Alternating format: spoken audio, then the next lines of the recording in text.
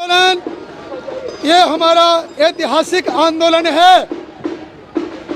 ऐतिहासिक विजय के लिए ऐतिहासिक आंदोलन करना पड़ता है और माननीय कमांडर साहब के नेतृत्व में एनएसी के तत्वावधान में आप सभी ने अपना पुण्य और पुरुषार्थ लगाकर इस आंदोलन को सफल किया है, ऐसा हम मानते हैं।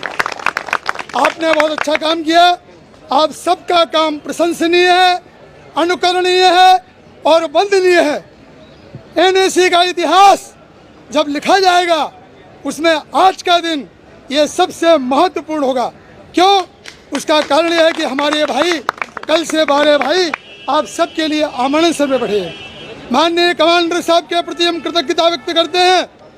हमें ऐसा नेता मिला है जो ज्ञान के क्षेत्र में बहुत शक्तिमान है, इसके बाद में बुद्धिमान है, इसके बाद में चरित्रवान है और सेना और सेनापति जहां है वहां विजय निश्चित रूप से मिलती है।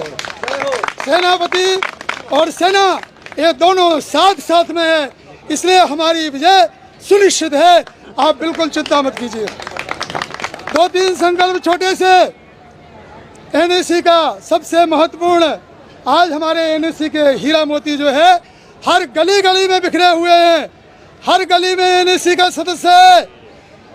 माननीय कमांडर साहब के नेतृत्व में आपको पता होगा कि कन्याकुमारी से लेकर जिसको हम कहते हैं अंडमान निकोबार द्वीप समूह में हमारी शाखा है, कश्मीर में जम्मू कश्मीर में हमारी शाखा है, आसाम में हमारी शाखा है, गोवा में हमारी शाखा है। 550 जिलों में एनएसी का विस्तार है। आप सबके आशीर्वाद से हमारा एनएसी का विस्तार ये मत्स्य अवतार की ओर मत्स्य अवतार की भांति बढ़ता चला जा रहा है। आप सबके प्रति हम कृतज्ञता व्यक्त करते हैं। बहुत सारे एमपी भाई हमको भिखारी समझते हैं, ऐसे ही भाई हैं हमारे। कुछ ऐसे भाई हैं जो सहयोग कर रहे हैं, आपने देखा। कुछ ऐसे भाई हैं कि जो मांग करते करते स्वर्ग सिधार गए। एक इंदिरा कांग्रेस के राजीव सातव जी थे, कई बार उन्होंने हमारी डिमांड उठाई और आखिरी में जो है स्वर्ग को सिधार गए। वो ऐसे ऐसे एमपी भी हैं, पक्ष पार्टी का संबंध नहीं है, तो ऐसे ऐसे एमपी हैं जो मदद करते हैं। आपने देखा अभी 250 एमपी के पत्र जो है हम लोगों के पास में है। वो 250 पत्र जो है जो देने वाले एमपी है वो भी हमारे सहायक हैं, वो भी हमारे शुभचिंतक हैं।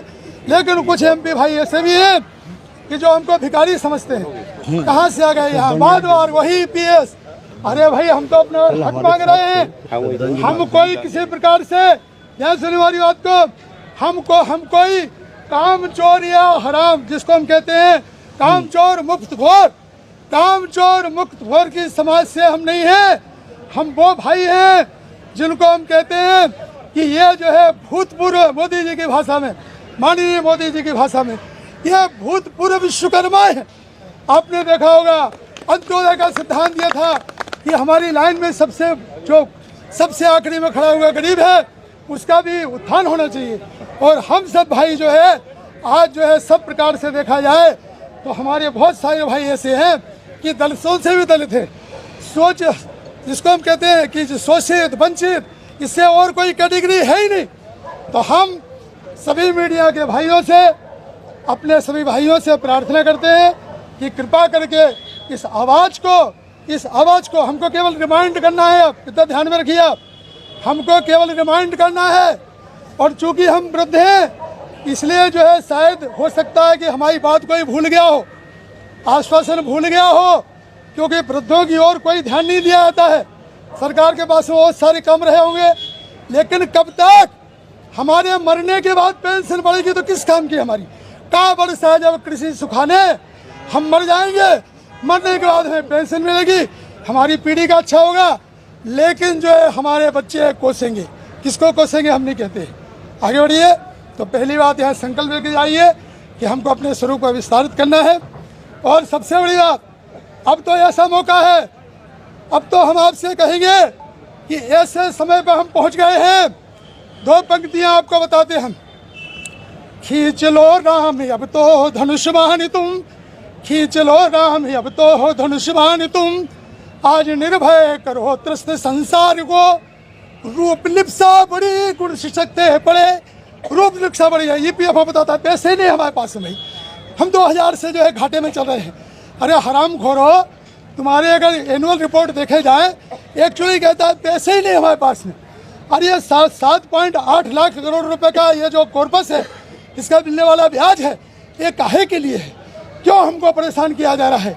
खींच लो राम अब तो हो धनुष्यवान तुम, आज निर्भय करो त्रस्त संसार को, रूप लिप्सा बड़ी गुण सशक्ते पड़े, ये गुण है, ये सशक्ते पड़ रहे हैं।